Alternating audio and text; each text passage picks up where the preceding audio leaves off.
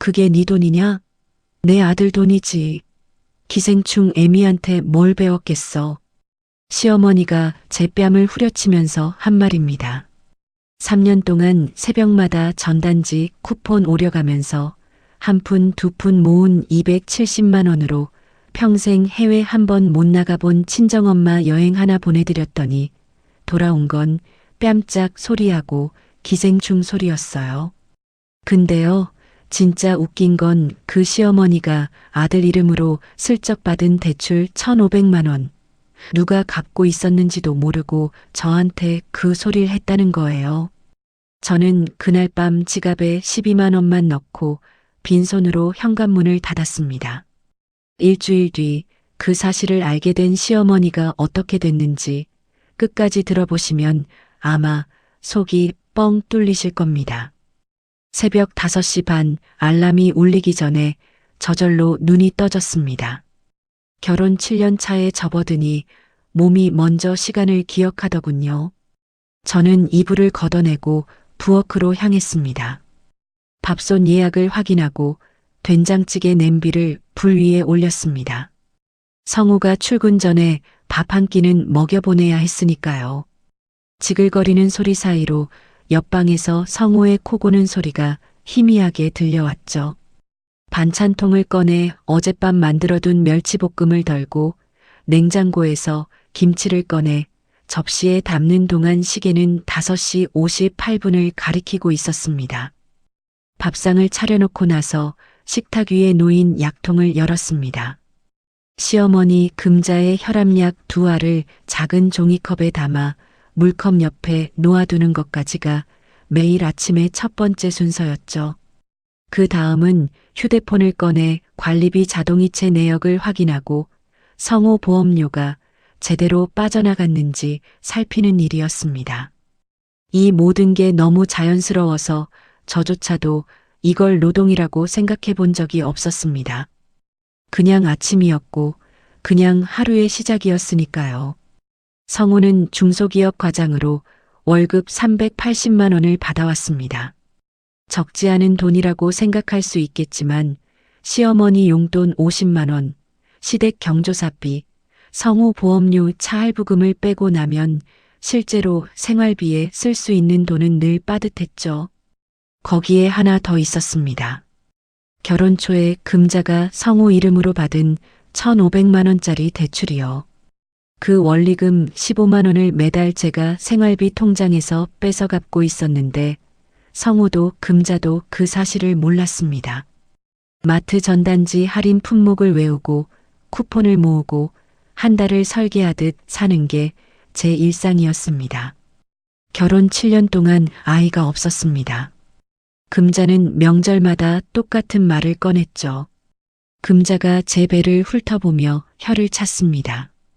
배가 왜 이리 깜깜하냐? 김신의 핏줄이 원래 그런 거 아니냐? 저는 고개를 숙이고 반찬을 집으며 대답하지 않았습니다.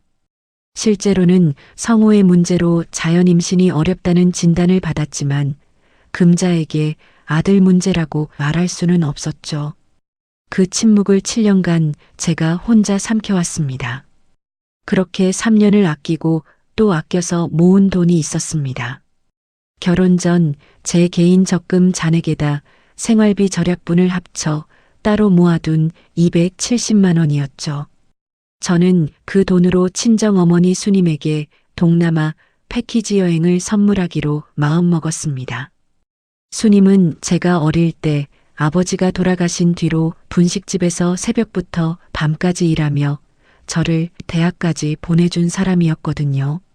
단 한 번도 해외에 나가본 적 없는 사람이었습니다. 여행사에서 일정을 확정하고 수님에게 전화를 걸었습니다. 엄마, 다음 달에 베트남 가.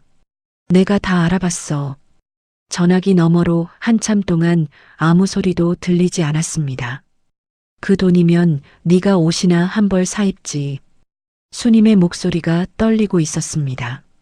저는 괜히 코끝이 시큰해지면서도 억지로 밝은 목소리를 냈죠.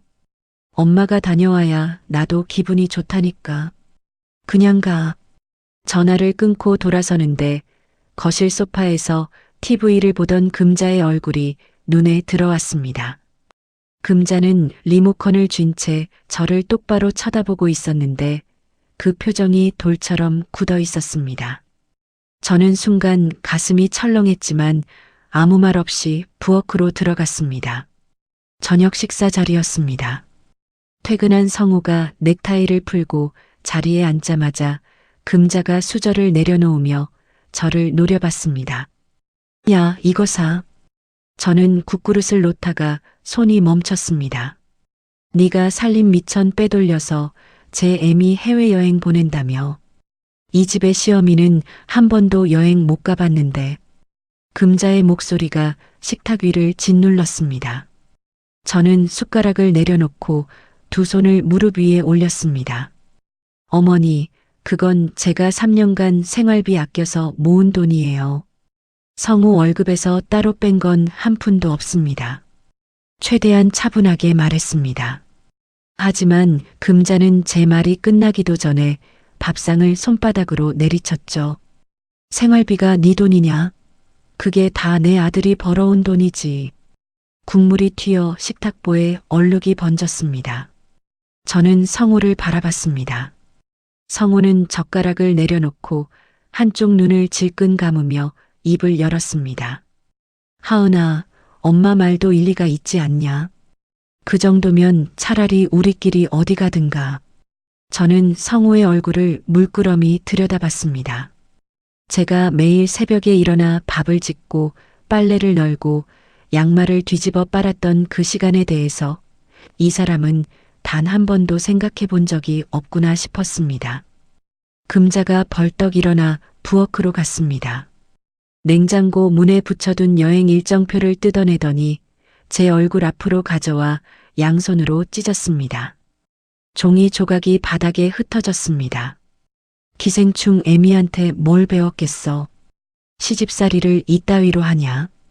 기생충? 그 단어가 고막 안쪽에 박히는 순간 눈앞이 하얗게 번졌습니다. 저는 바닥에 떨어진 일정표 조각들을 내려다보다가 천천히 고개를 들어 금자를 바라봤습니다. 금자가 한 발짝 다가서며 제 턱 아래로 손가락을 들이밀었습니다. 이거 사, 눈을 어디다 뜨고. 금자의 손바닥이 제 왼쪽 뺨을 후려쳤습니다. 턱이 돌아가고 귀가 울렸습니다. 저는 고개가 꺾인 채로 성우 쪽을 봤습니다. 성우는 고개를 숙이고 있었습니다. 밥풀 하나가 식탁 위에서 굴러가는 것을 멍하니 보고 있는 것 같았죠. 그 침묵이 뺨을 맞은 것보다 더 아팠습니다.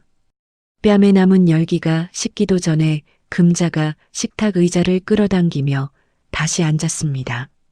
가서 내 애미한테 전화해. 여행 취소라고. 그리고 나한테 무릎 꿇고 사과해. 금자가 식탁 위 물컵을 들어 한 모금 마시며 말했습니다. 마치 당연한 순서를 안내하듯 담담한 목소리였죠. 성우가 고개를 숙인 채 밥알을 손가락으로 굴리며 중얼거렸습니다. 하은아, 일단 엄마한테 죄송하다고 해. 그래야 더 안 커지니까. 저는 두 사람의 얼굴을 번갈아 봤습니다. 아무 말도 나오지 않았습니다. 저는 자리에서 일어나 부엌 싱크대 앞으로 갔습니다. 설거지를 하던 손을 멈추고 고무장갑을 천천히 벗었습니다.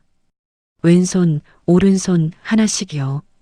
고무장갑을 싱크대 옆에 내려놓는 순간 7년간 이 집에서 벗겨왔던 것들이 머릿속을 스쳤습니다. 제 자격증, 제 커리어, 제 이름. 전부 벗기고 나니 남은 게 고무장갑을 낀 손뿐이었다는 생각이 들었죠. 저는 침실로 들어가 옷장을 열었습니다. 캐리어도 가방도 꺼내지 않았습니다. 지갑과 휴대폰, 신분증만 주머니에 넣었습니다. 지갑을 열어보니 비상금으로 넣어둔 현금 12만 원이 있었죠. 저는 그것만 확인하고 현관으로 걸어 나갔습니다. 금자가 소파에서 몸을 돌리며 소리쳤습니다. 어딜 가려고. 도망치면 다 네 잘못 인정하는 거야. 저는 뒤돌아보지 않았습니다. 현관문을 닫았습니다. 잠금 장치가 찰칵 소리를 내며 걸렸죠. 엘리베이터 안에서 왼쪽 뺨을 손으로 매만졌습니다. 손가락 끝에 뜨거운 감촉이 전해졌죠. 1층 로비에 내려서 유리문에 비친 제 얼굴을 봤습니다. 왼쪽 볼에 손바닥 자국이 붉게 올라와 있었습니다. 저는 휴대폰 카메라를 켜서 뺨을 찍었습니다. 앞에서 한 장, 고개를 돌려 한 장, 두 장을 저장해뒀습니다. 왜 그랬는지는 저도 잘 모르겠습니다. 그냥 남겨야 한다는 생각이 들었어요. 아파트 경비실 앞을 지나는데 같은 동 옆 호수에 사는 영숙 아주머니와 마주쳤습니다. 영숙은 장바구니를 들고 있다가 제 뺨을 보고 눈이 커졌죠. 저는 아무 말 없이 고개만 까딱이고 정문을 나섰습니다. 지하철역까지 걸어가는 15분 동안 전화기가 4번 울렸습니다. 전부 성우였지만 받지 않았습니다. 5번째로 문자가 왔죠. 어디 가서 머리 좀 식히고 와. 내일 아침에 얘기하자. 저는 화면을 한참 들여다봤습니다.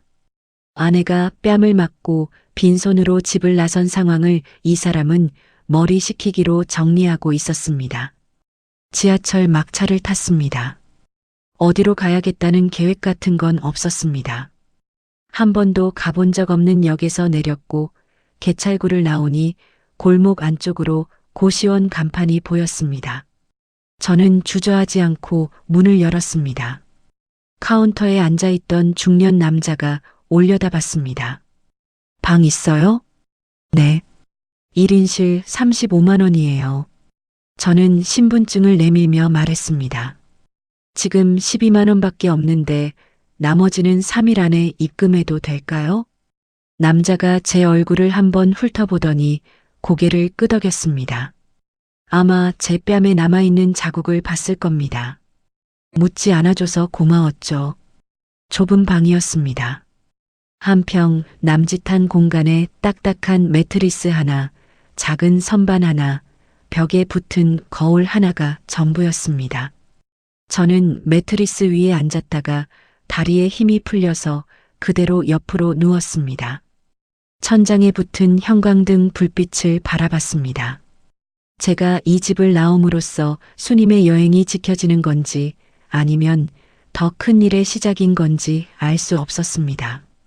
하지만 확실한 게 하나 있었죠. 그 집에서 한 발자국도 못 움직이던 제가 지금 여기까지 왔다는 거요. 등줄기가 서늘하면서도 이상하게 가슴 한쪽이 후련했습니다. 다음 날 아침 고시원 공용 화장실 거울 앞에 섰습니다. 왼쪽 뺨에 붓기는 빠졌지만 퍼렇게 멍이 들어 있었죠. 저는 근처 편의점 화장품 코너에서 파운데이션 하나를 사서 그 위를 덮었습니다. 거울에 비친 제 얼굴을 보다가 문득 한 이름이 떠올랐습니다. 결혼 전에 다니던 한성회계법인이요. 전화를 건 건 용기라기보다 살아남아야 한다는 본능이었습니다. 번호를 누르고 신호가 가는 동안 심장이 목구멍까지 올라오는 것 같았죠. 한성회계법인입니다. 저 혹시 박 전무님 아직 계신가요? 김하은이라고 하면 아실 거예요. 잠시 후 연결이 됐습니다. 김하은 회계사? 이게 얼마만이야? 박 전무의 목소리를 듣는 순간 코끝이 찡했습니다. 7년 전 퇴사할 때 언제든 돌아오라고 했던 사람이었거든요. 전무님 혹시 자리 있으면 면접 한 번만 봐주실 수 있을까요? 면접이야 언제든 보지. 근데 보수교육은 이수했어? 아직이요. 등록이 말소된 상태인데 주말에 바로 신청하겠습니다. 그래, 일단 날 잡자. 연락 줄게. 전화를 끊고 나서 두 손을 무릎 위에 올렸습니다. 손끝이 미세하게 떨리고 있었죠. 고시원 방으로 돌아온 뒤 수님에게 전화를 걸까 말까 한참을 고민했습니다. 결국 걸지 않았습니다. 지금 제 목소리를 들으면 수님이 바로 눈치챌 게 분명했거든요. 눈치를 채면 수님은 여행을 취소할 거고 여행을 취소하면 금자가 이긴 셈이 되니까요. 저는 휴대폰을 매트리스 옆에 내려놓고 천장을 올려다봤습니다. 형광등 불빛이 어젯밤과 똑같이 하얗게 내려오고 있었죠. 고시원 생활 5일째였습니다. 주말 이틀 동안 한국공인회계사회 보수교육 온라인 과정을 신청해서 첫 번째 과정을 마쳤죠. 좁은 방 매트리스 위에 엎드려서 휴대폰으로 강의를 듣고 공용 화장실에 다녀와서 또 듣고 그렇게 꼬박 이틀을 보냈습니다. 면접 날 아침 고시원 근처 세탁소에서 3,000원을 주고 달인 블라우스를 입었습니다. 거울 앞에 서니 뺨에 멍은 파운데이션으로 겨우 가려지는 정도였고 블라우스 깃이 약간 누렇게 변색돼 있었지만 다른 옷이 없었습니다. 빈손으로 나왔으니까요. 한성회계법인 로비에 들어서는 순간 다리가 멈췄습니다.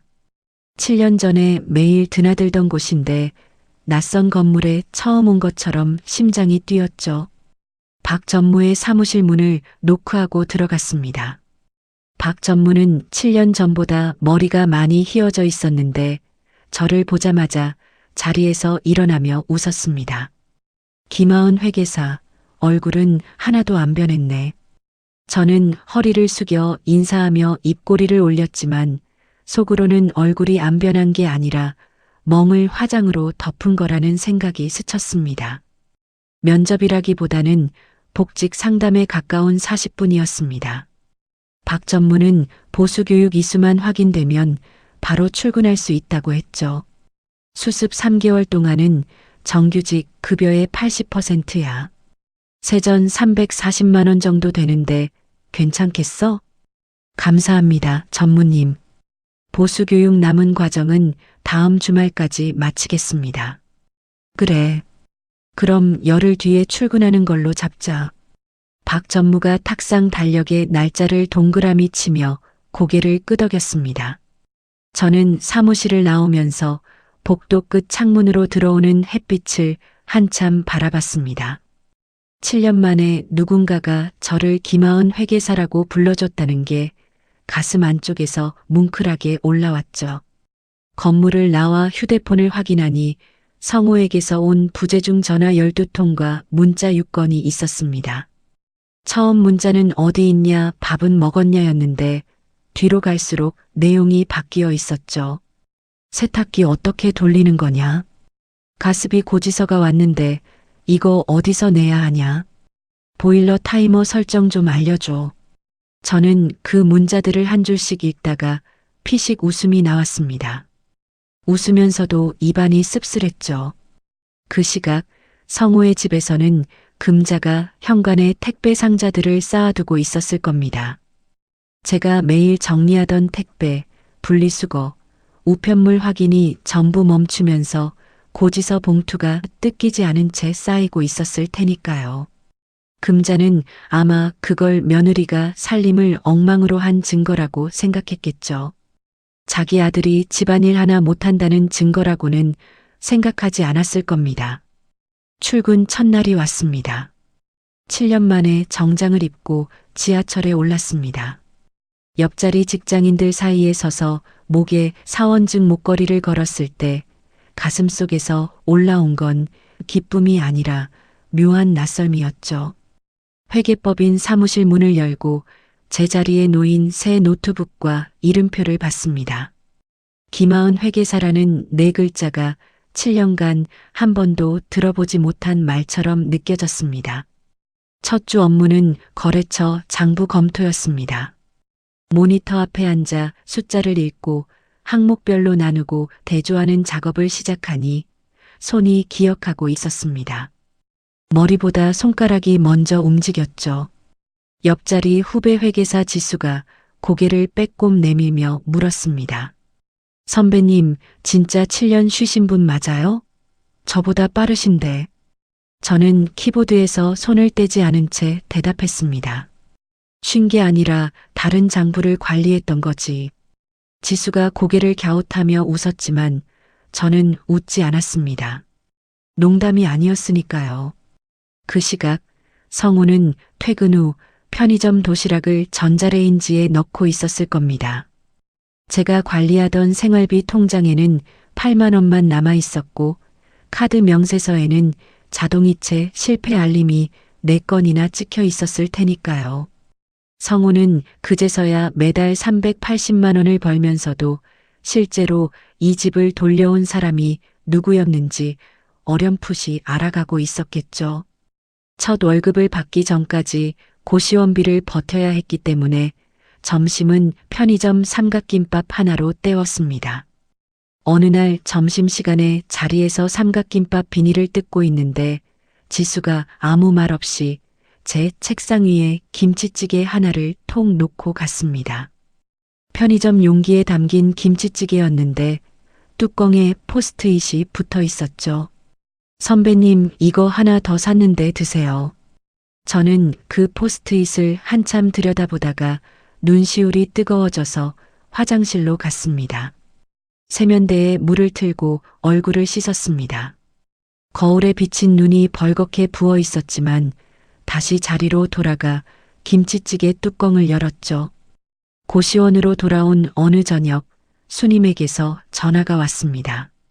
하은아, 여행 출발이 다음 주인데 엄마 여권 사진이 영 마음에 안 든다.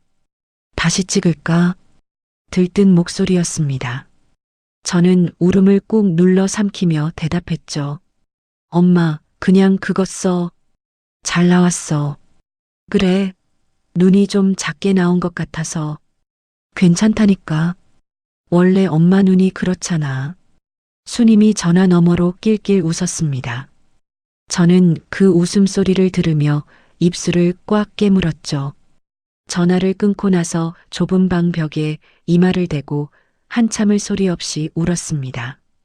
다음 날 아침 성우에게서 문자가 왔습니다. 이번엔 길었죠. 보험이 해지됐다고 연락 왔어. 자동차 보험도 이번 달에 만료인데 이거 어떻게 해야 되냐? 집에 한번 와서 정리 좀 해줘. 저는 그 문자를 읽으며 휴대폰을 쥔 손에 힘을 줬습니다. 이 사람이 원하는 건 아내가 아니라 관리인이라는 걸 다시 한번 확인한 뒤 답장을 보내지 않았습니다. 제가 집을 나선 지 정확히 일주일째 되는 날이었습니다. 그날 있었던 일은 나중에 성우의 입을 통해 듣게 됐죠. 성우는 퇴근 후 아파트 1층 우편함을 열었는데 건강보험 체납 통지서와 관리비 연체 경고문이 동시에 들어 있었다고 합니다. 관리비는 3개월치가 밀려 있었는데 사실 그건 제가 떠나기 전에 이미 2달을 아껴서 다음 달에 한꺼번에 낼 계획이었던 금액이었죠. 성우는 그런 사정을 알 리가 없었습니다.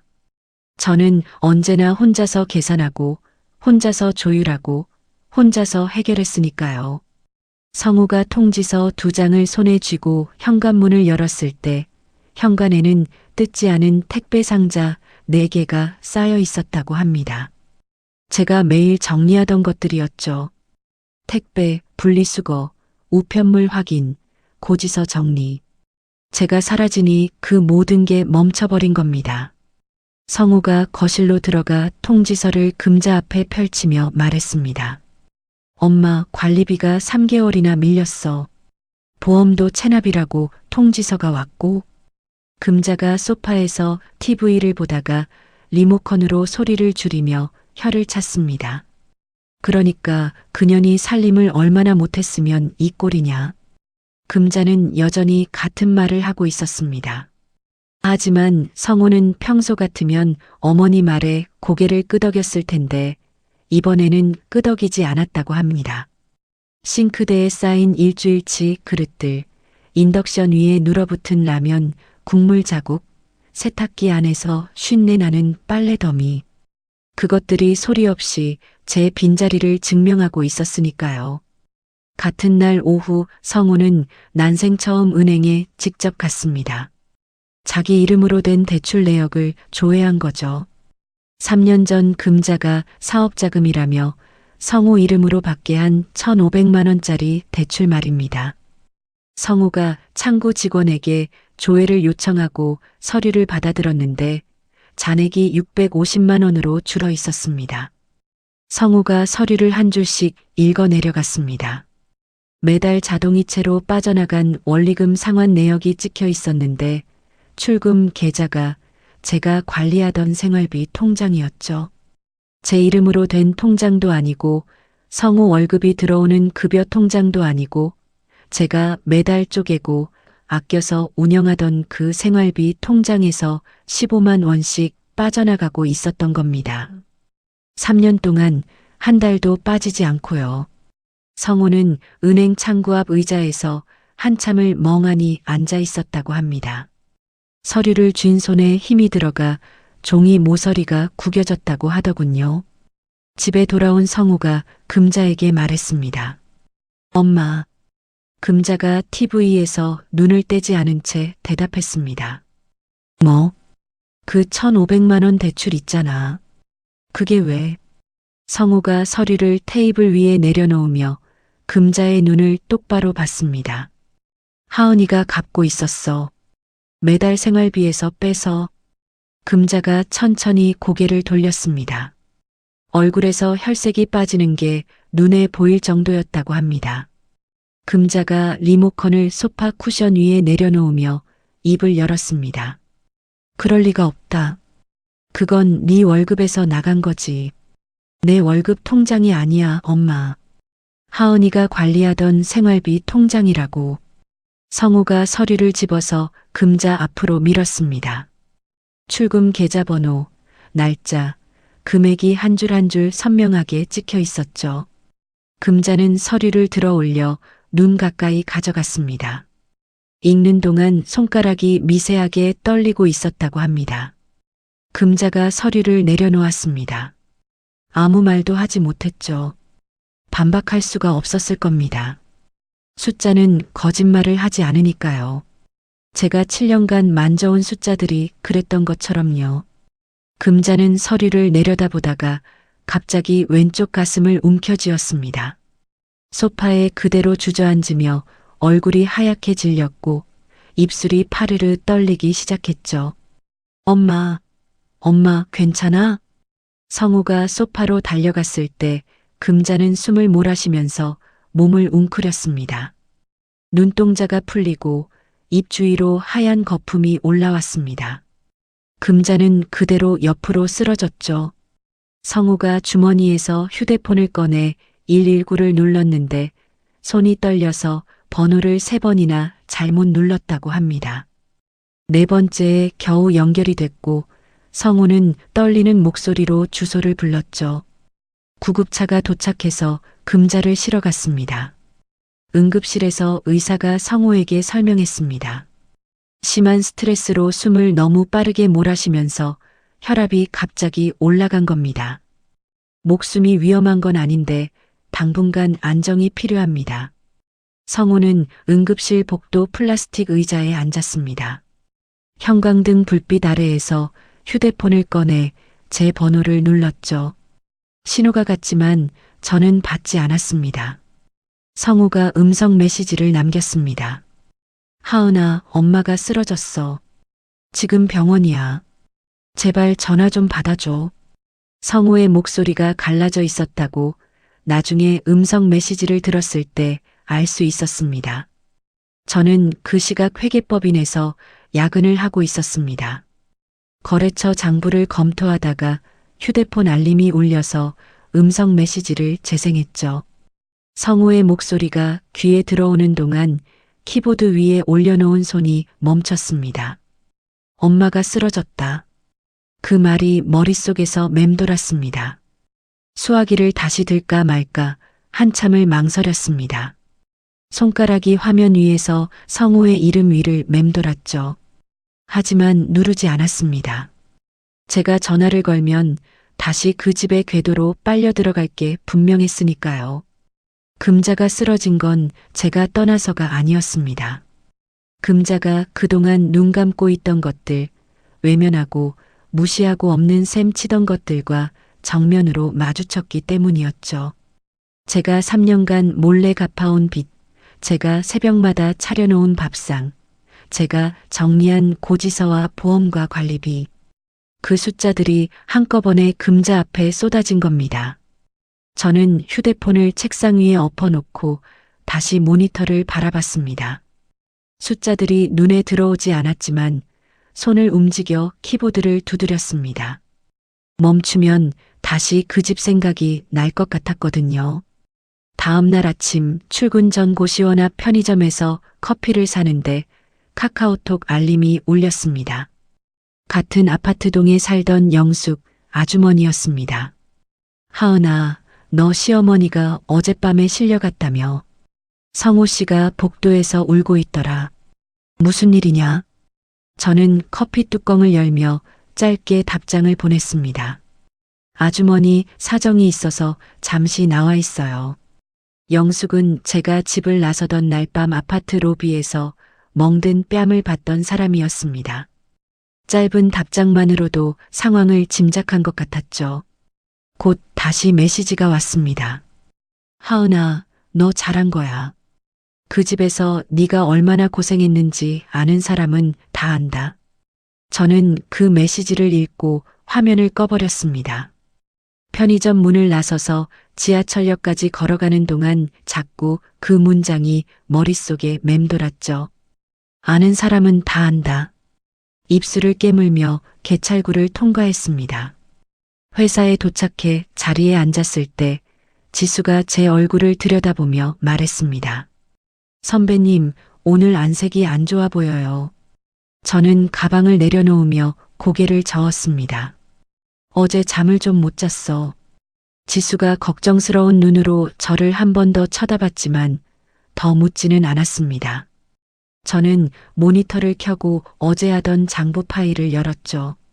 화면에 뜬 숫자들을 바라보면서 문득 이런 생각이 들었습니다. 제가 7년간 관리해온 시댁의 장부도 이 숫자들처럼 정확했고 빈틈이 없었습니다. 매달 수입과 지출을 맞추고 모자라는 달에는 다음 달에서 당겨오고 대출 원리금까지 숨겨서 갚아가며 한 번도 마이너스를 내지 않았죠. 명절 경조사비가 몰리는 달에는 제 점심을 걸으면서 맞췄고 금자 용돈이 부족하다고 할 때마다 어딘가를 깎아서 채워 넣었습니다. 그런데 그 장부를 들여다본 사람은 저 혼자뿐이었습니다. 성호도 금자도 단 한 번도 그 숫자들 앞에 앉아본 적이 없었죠. 그러면서 제가 쓰는 돈을 내 아들이 벌어온 돈이라고 했고 제가 3년간 아낀 270만 원을 살림 미천 빼돌린 것이라고 했습니다. 저는 키보드 위에 손을 올리고 숫자를 입력하기 시작했습니다. 이제는 다른 사람의 장부가 아니라 제 이름이 적힌 장부를 만들 차례였으니까요. 금자가 태어난 지 사흘째였습니다. 그 사이 있었던 일은 나중에 영숙 아주머니를 통해 조금씩 전해 들었죠. 성우는 병원에서 금자를 데려온 뒤 밀린 관리비와 체납된 보험료를 처리하려 했다고 합니다.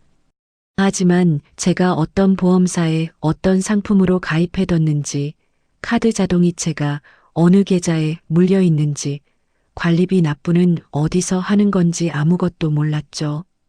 고객센터에 전화할 때마다 본인 확인에 막혔고 보험사 앱에 로그인하려 해도 비밀번호를 몰랐습니다. 결국 회사에 반차를 내고 은행과 보험사를 돌아다녔는데 점심도 거른 채 빈손으로 돌아왔다고 합니다. 그 이야기를 들으며 저는 쓴웃음이 나왔습니다. 380만 원을 벌어오는 사람이 그 돈이 어디로 가고 어디서 빠지는지 한 번도 들여다본 적이 없었던 거니까요. 같은 시각 저는 회계법인에서 첫 번째 프로젝트 보고서를 완성하고 있었습니다. 거래처 3곳의 장부를 대조하고 오류를 정리한 20페이지짜리 보고서였죠. 마지막 페이지를 출력해서 박 전무 사무실 문을 노크했습니다. 박 전무가 보고서를 받아들고 첫 페이지부터 넘기기 시작했습니다. 저는 맞은편 의자에 앉아 박 전무의 눈동자가 줄을 따라 움직이는 걸 지켜봤죠. 5분쯤 지났을 때 박 전무가 보고서를 내려놓으며 고개를 끄덕였습니다. 7년이 공백이 아니었네. 오히려 감각이 더 날카로워진 것 같아. 저는 자리에서 일어나 허리를 숙였습니다. 전무님 감사합니다. 자리로 돌아와 의자에 앉았을 때 가슴이 벅차올라서 한참을 심호흡했습니다. 누군가가 제 일을 보고 잘했다고 말해준 게 얼마만인지 기억이 나지 않았거든요. 7년간 새벽마다 밥을 짓고 빨래를 널고 약을 챙기고 고지서를 정리했지만 잘한다는 말을 들어본 적이 없었습니다. 당연한 일이었으니까요. 아니, 당연한 일이라고 모두가 생각했으니까요. 그날 저녁 수님에게서 전화가 왔습니다. 하은아, 내일 모레 출발인데 엄마가 캐리어를 혼자 못 잠그겠다. 지퍼가 뻑뻑해. 주말에 올 수 있냐? 수님의 목소리가 들떠 있었습니다. 저는 고시원 매트리스에 앉은 채 무릎 위에 팔꿈치를 괴고 대답했죠. 엄마, 나 요즘 회사 일이 좀 바빠서 못 갈 것 같아. 지퍼에 비누칠 해봐. 그러면 잘 될 거야. 회사? 네가 무슨 회사를 다녀? 순간 말이 막혔습니다. 수님에게 제 취업 이야기를 한 적이 없었으니까요. 아, 아는 언니 가게 잠깐 도와주는 거야. 신경 쓰지 마. 그래, 무리하지 마라. 전화를 끊고 나서 가슴이 조여왔습니다. 수님이 출발하기 전에 제 사정을 알게 되면 어쩌나 하는 생각이 머릿속을 떠나지 않았죠. 수님이 눈치를 채면 여행을 안 갈 게 분명했고, 그러면 제가 맞아가며 지켜낸 게 아무 의미 없어지는 거니까요. 수님의 여행 출발 당일이었습니다. 저는 새벽 4시에 눈을 떴습니다. 고시원에서 인천공항까지 가려면 일찍 나서야 했죠. 공항철도를 타고 인천공항에 도착한 건 아침 7시쯤이었습니다. 출국장 입구 기둥 뒤에 섰습니다. 사람들 사이로 수님을 찾았죠. 10분쯤 지났을 때 수님이 보였습니다. 새 운동화를 신고 새 캐리어를 끌고 여행사 가이드를 따라 걸어가고 있었습니다. 수님은 설레는 표정으로 주위를 두리번거리고 있었죠. 공항 천장을 올려다보기도 하고 출발 안내 전광판을 한참 들여다보기도 했습니다. 저는 기둥 뒤에서 수님의 뒷모습을 지켜봤습니다. 수님이 출국장 안쪽으로 사라질 때까지요. 새 운동화 뒤축이 하얗게 빛나는 게 멀리서도 보였습니다. 뺨을 맞았던 그날 밤의 고통이 그 뒷모습을 보는 순간 비로소 의미가 생기는 것 같았습니다. 저는 기둥에 등을 기대고 한참을 서 있다가 공항철도 개찰구로 향했죠. 공항에서 돌아오는 열차 안에서 저는 처음으로 이혼이라는 단어를 진지하게 떠올렸습니다. 분노 때문이 아니었습니다. 산수의 결과였죠. 제가 이 결혼에 투입한 것들을 하나씩 세어봤습니다. 7년이라는 시간, 매일의 가사노동, 포기한 커리어, 혼자 삼킨 감정들, 몰래 갚아온 1,500만 원 대출. 그리고 제가 돌려받은 것도 세어봤죠. 왼쪽 뺨에 손바닥 자국, 기생충이라는 단어, 고개 숙인 남편의 침묵. 이걸 대조해보면 적자가 너무 컸습니다. 복구가 안 되는 수준이었죠. 그 시각 성우의 집에서는 금자가 처음으로 부엌에 들어갔다고 합니다. 라면을 끓이려고 했는데 인덕션 터치 패널 조작법을 몰라서 한참을 헤맸다고 하더군요. 제가 늘 쓰던 냄비가 어디 있는지도 국자가 어느 서랍에 들어있는지도 몰랐던 거죠. 결국 전기포트에 물을 끓여 컵라면을 말아먹으며 식탁에 혼자 앉아 오래도록 아무 말도 하지 않았다고 합니다. 7년간 누군가가 차려주는 밥만 먹었던 사람이 처음으로 자기 손으로 끼니를 해결한 거였죠. 컵라면 하나로요. 다음 날 점심시간 저는 휴대폰으로 법률 상담 앱을 열었습니다.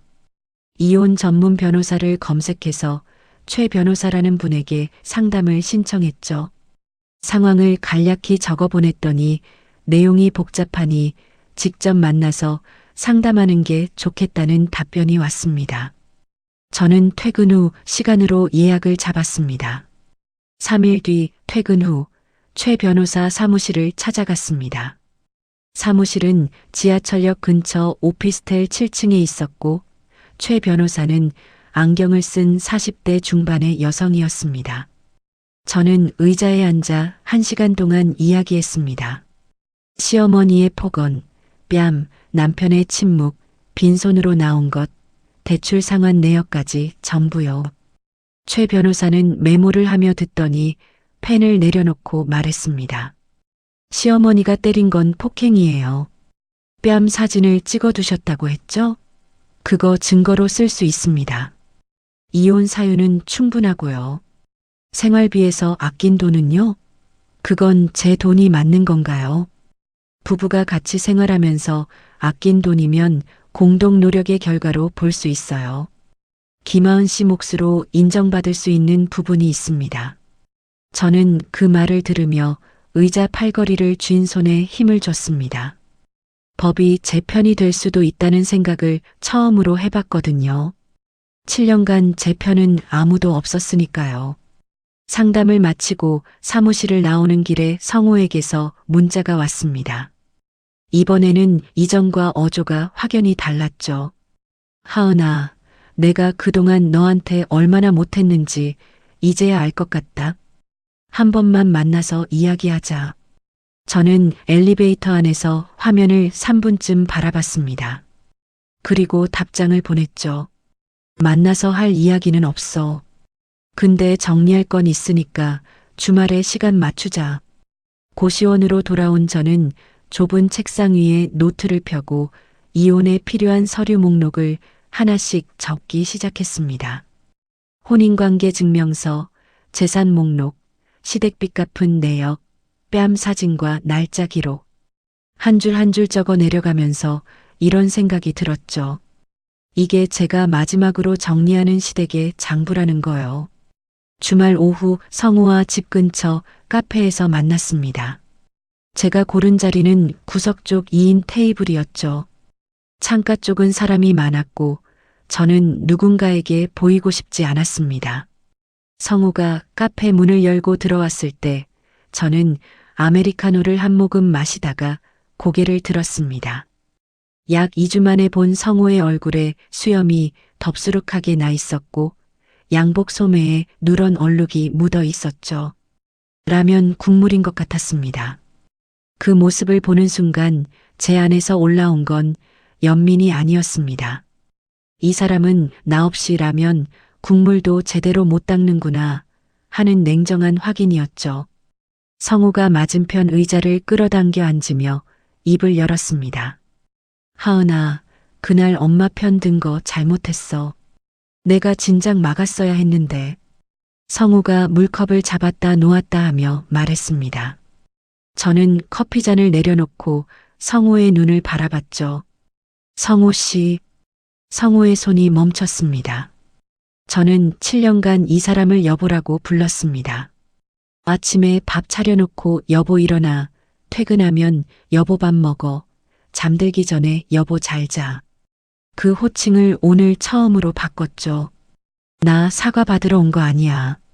저는 가방에서 서류 봉투를 꺼내 테이블 위에 올려놓았습니다. 성우가 봉투를 바라보며 손을 뻗지 않았죠. 열어봐. 성우가 봉투 입구를 뜯고 안에 든 서류를 꺼냈습니다. 첫 장을 읽는 성우의 눈동자가 멈추는 게 보였죠. 이혼 협의서였습니다. 성우가 서류를 쥔 채 한참 동안 테이블만 내려다봤습니다. 카페 안에서 다른 손님들의 웃음소리가 들려왔는데 우리 테이블만 조용했죠. 성우 씨, 내가 돌려받아야 할 건 사과가 아니라 7년이야.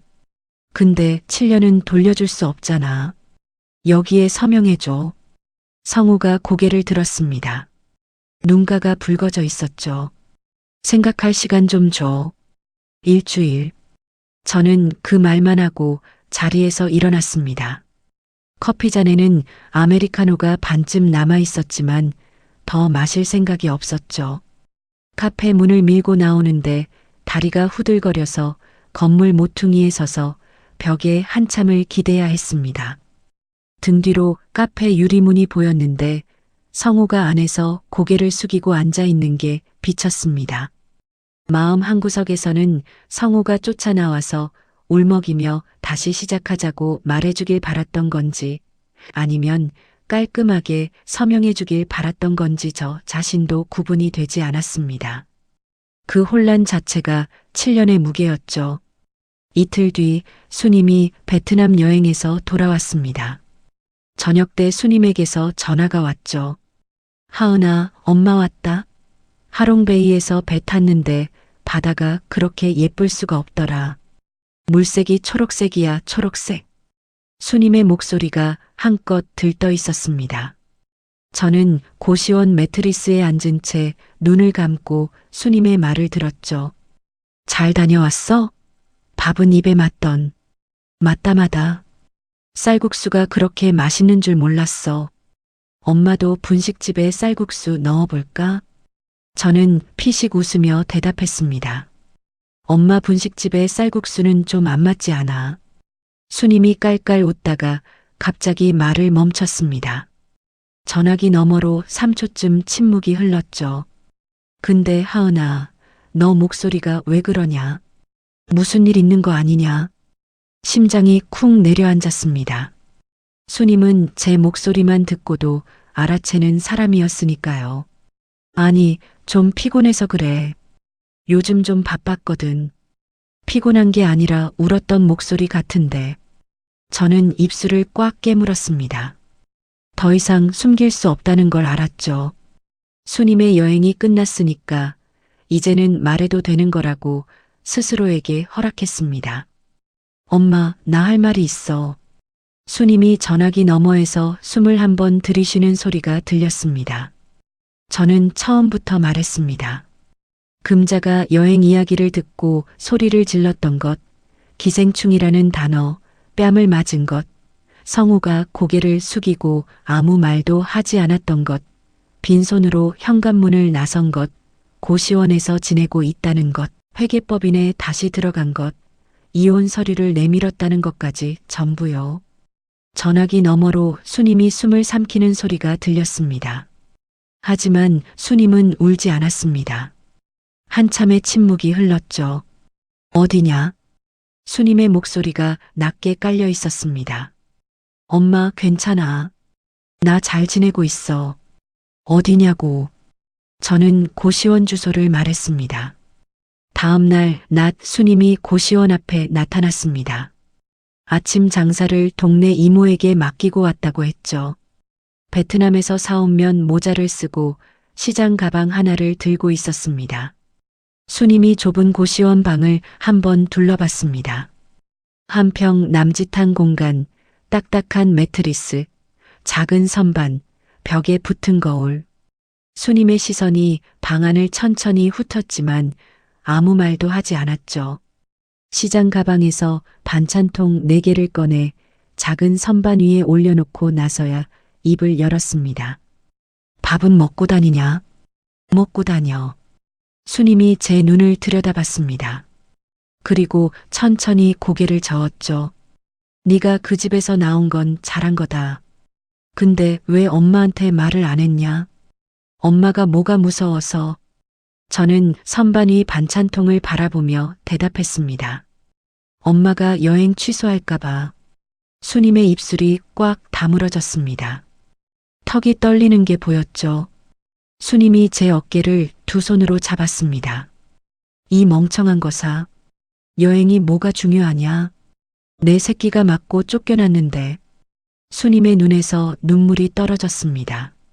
제가 기억하는 한 수님이 제 앞에서 우는 걸 본 건 아버지 장례식 이후로 처음이었죠. 수님이 손등으로 눈물을 닦고 자리에서 일어났습니다. 나 그 집에 가야겠다. 저는 수님의 팔을 잡았습니다. 엄마, 가지 마. 일이 더 커져. 커질 게 뭐가 더 있냐? 내 딸 뺨을 때린 사람한테 내가 할 말이 있어. 수님의 눈을 보는 순간 알았습니다. 이 사람을 막을 수 없다는 걸요.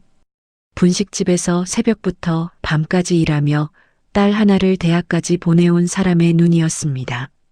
그날 오후 수님은 혼자서 성호의 아파트를 찾아갔습니다. 초인종을 누르고 문이 열렸을 때 금자와 현관 앞에서 마주섰죠. 수님이 금자의 얼굴을 똑바로 바라보며 말했습니다. 우리 하은이가 기생충이라고 했다며. 그럼 7년간 당신 아들 밥 해주고 빨래 해주고 빚까지 갚아준 건 뭐냐? 그게 기생충이 하는 짓이냐? 금자는 현관문 손잡이를 잡은 채 아무 대답도 하지 못했다고 합니다. 수님이 다녀간 뒤의 일은 며칠이 지나서 성호의 입을 통해 들었습니다. 금자는 현관문을 닫고 거실 소파에 앉았다고 합니다. 2시간 넘게 움직이지 않았다고 하죠. TV도 켜지 않고 물도 마시지 않고 소파 쿠션 위에 두 손을 올려놓은 채 벽을 바라보고 있었다고 합니다. 퇴근한 성호가 현관문을 열고 들어와 신발을 벗으며 물었습니다. 엄마, 하은이 엄마가 왔다 갔다며. 금자가 대답 대신 되물었다고 합니다. 그 애가 우리 빚을 갚고 있었다며. 성호가 거실로 들어와 금자 맞은편에 섰습니다. 그리고 고개를 끄덕였죠. 금자는 시선을 바닥에 고정한 채 오래도록 아무 말도 하지 않았다고 합니다. 성호도 더 이상 말을 꺼내지 못했고 두 사람 사이로 벽식의 초침 소리만 흘렀다고 하더군요. 이틀 뒤 성호에게서 문자가 왔습니다. 이혼 협의서 들고 한번 만나자. 할 말이 있어. 저는 휴대폰 화면을 한참 들여다봤습니다. 서명을 했다는 건지 안 했다는 건지 문자만으로는 알 수 없었죠. 같은 카페에서 만나자고 답장을 보냈습니다. 주말 오후 2주 전과 같은 구석자리에 앉았습니다. 성우가 카페 문을 열고 들어왔을 때 2주 전보다 수염은 깎았지만 눈밑이 까맣게 내려앉아 있었습니다. 성우가 맞은편에 앉으며 서류 봉투를 테이블 위에 내려놓았습니다. 커피를 시키지도 않았죠. 서명은 할게. 성우가 봉투 위에 손을 올린 채 말했습니다. 근데 그 전에 하나만 물어볼게. 저는 커피잔을 감싸 쥔 채 성우를 바라봤습니다. 나한테 한 번이라도 기회를 줄 생각은 없는 거야. 성우의 목소리가 갈라졌습니다. 저는 5초쯤 아무 말도 하지 않았습니다. 카페 스피커에서 흘러나오는 노랫소리가 유난히 크게 들렸죠. 성우 씨, 나는 7년간 매일 기회를 줬어. 성우가 눈을 깜빡였습니다. 매일 아침 밥상을 차린 게 다 기회였어. 한 번이라도 고맙다고, 수고했다고 그 한마디만 했어도 달랐을 수도 있지.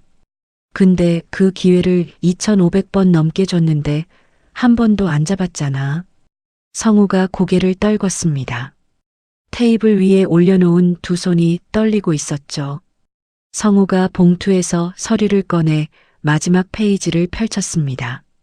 주머니에서 볼펜을 꺼내 뚜껑을 열었는데 뚜껑이 바닥에 떨어져 대굴대굴 굴러갔습니다. 성우가 그걸 줍지 않은 채 서명란에 이름을 적었죠. 펜을 내려놓고 성우가 말했습니다. 미안해. 저는 그 사과가 진심인지 아닌지를 판단하지 않았습니다. 판단할 필요가 없었으니까요. 서류를 봉투에 넣으며 말했죠. 위자료하고 재산 정리는 변호사를 통해서 하자. 성우가 고개를 끄덕였습니다. 그게 우리의 마지막 대화였습니다. 카페를 나온 뒤 최 변호사에게 전화를 걸었습니다. 변호사님, 협의서에 서명 받았습니다. 이혼 절차 진행해 주세요. 네. 시어머니 폭행건으로 위자료 청구 가능한 거 아시죠? 위자료만 정리해 주세요. 빚 갚은 거는 청구 안 하겠습니다. 그건 왜요? 받을 수 있는 건데. 그것까지 청구하면 그 집이랑 끈이 하나 더 남잖아요. 저는 깨끗하게 끊고 싶습니다. 최 변호사가 잠깐 침묵하더니 알겠다고 대답했죠. 아이가 없는 협의 이혼은 한 달간 생각할 시간을 두게 돼 있었습니다. 그 한 달 동안 저는 회계법인에서 두 번째 프로젝트를 맡았죠. 수습 기간의 첫 월급이 제 이름으로 된 통장에 찍혔습니다. 세금 떼고 약 280만 원이었죠. 퇴근길에 지하철역 근처 은행에 들러 잔고를 확인했습니다. 화면에 찍힌 숫자를 한참 들여다봤죠. 성호의 380만 원보다 적은 금액이었지만 그 안에 다른 사람의 용돈이 끼어 있지 않았습니다. 다른 사람의 빚도 다른 사람의 보험료도 없었죠. 온전히 제 이름으로 된 제가 쓸 수 있는 돈이었습니다. 그게 주는 가벼움은 처음 느껴보는 종류였습니다. 한 달에 생각할 시간이 흐르는 동안 어느 날 저녁 모르는 번호로 전화가 왔습니다. 별 생각 없이 받았는데 전화기 너머에서 들려온 목소리에 손이 굳었죠. 하은아. 금자였습니다. 7년간 야 이거사 이 사람아로만 불리던 제 이름을 금자의 입에서 들은 건 그때가 처음이었습니다. 저는 아무 말도 하지 못한 채 전화기를 귀에 대고 서 있었습니다. 내가 그날 손을 올린 건 금자가 말을 시작했다가 멈췄습니다. 전화기 너머로 금자의 숨소리만 들렸죠. 3초, 5초, 10초. 저는 그 침묵을 기다려줬습니다. 하지만 금자는 끝내 그 다음 말을 잊지 못했습니다. 몸은 괜찮냐? 금자가 말을 돌렸죠. 미안하다는 말 대신 안부를 물은 겁니다. 네, 괜찮습니다. 저는 그렇게 대답하고 전화를 끊었습니다. 7년간 습관처럼 붙이던 어머니라는 호칭을 이번에는 붙이지 않았죠. 전화기를 내려놓고 고시원 창문 밖을 바라봤습니다. 골목에 가로등 하나가 켜져 있었고 그 불빛 아래로 고양이 한 마리가 지나가고 있었습니다. 이혼이 확정된 날 저는 법원 건물을 나와 근처 공원 벤치에 앉았습니다. 울지도 웃지도 않았습니다. 벤치 옆 쓰레기통에 비둘기 한 마리가 앉아 있었고 공원을 지나는 사람들은 저마다 바쁜 걸음이었죠. 주머니에서 휴대폰을 꺼내 수님에게 문자를 보냈습니다. 엄마, 끝났어. 3초 만에 답장이 왔죠. 알았다. 저녁에 봐. 짧은 4글자였습니다. 누가 봐도 별것 아닌 문자였지만 긴 위로보다 단단하게 느껴졌죠. 저는 공원 벤치에서 일어나 지하철역으로 걸어갔습니다. 개찰구를 통과하며 휴대폰 화면을 한 번 더 봤죠. 알았다. 저녁에 봐. 그 4글자를 보며 걸음이 빨라졌습니다. 이혼 후 한 달이 지났습니다. 고시원을 나와 회사 근처 원룸으로 이사했죠.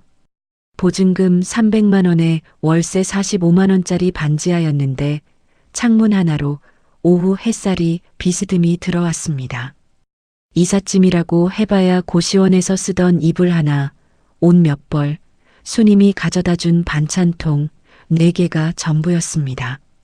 빈 방이었죠. 냉장고도 없고 세탁기도 없고 커튼도 없었습니다.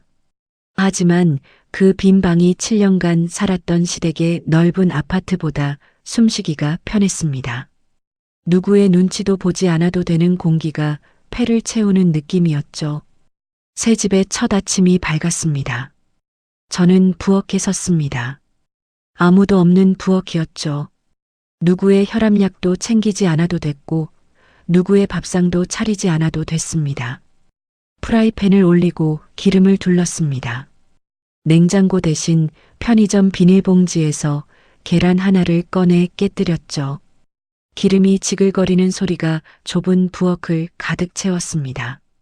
저는 그 소리를 들으며 가만히 서 있었습니다.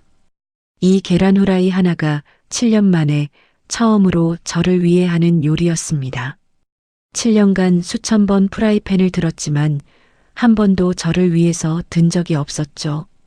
계란 후라이 하나에 이렇게 오래 걸린 사람도 드물 거라는 생각에 혼자 피식 웃음이 나왔습니다. 접시에 계란 후라이를 담고 밥 한 공기를 떠서 식탁 아닌 좁은 싱크대 옆 선반에 놓았습니다. 의자도 없어서 서서 먹었죠. 간장을 뿌린 계란 후라이를 한 입 베어 물었을 때 노른자가 터지면서 입안에 퍼졌습니다. 맛있었습니다. 대단한 요리가 아니었는데 맛있었죠. 출근길 회사 엘리베이터에서 지수와 마주쳤습니다. 지수가 제 얼굴을 보더니 고개를 갸웃했죠. 선배님, 요즘 표정이 달라지신 것 같아요. 그래. 저는 그렇게만 대답하고 사무실로 들어갔습니다. 자리에 앉아 모니터를 켜는데 화면에 비친 제 얼굴이 문득 눈에 들어왔죠. 고시원 화장실 거울에서 보던 얼굴과 확실히 달랐습니다. 뺨의 멍은 이미 오래전에 사라졌지만 그것보다 더 오래 남아있던 게 있었거든요. 눈치 보는 눈빛, 주눅든 입꼬리 말하기 전에 먼저 상대 표정을 살피던 버릇. 그런 것들이 조금씩 옅어지고 있었습니다. 수습 기간이 끝나고 정규 급여로 전환된 첫 달이 왔습니다. 세금 떼고 약 330만 원이 통장에 찍혔죠. 퇴근 후 편의점에서 우유를 사다가 휴대폰 뱅킹을 열어 잔고를 확인했습니다.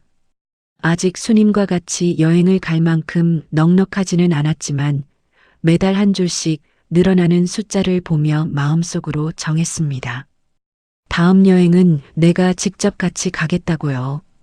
누구의 눈치도 보지 않고 누구의 허락도 필요 없는 내 돈으로 가는 여행이요. 그 주 토요일 아침 수님의 식당에 들렀습니다.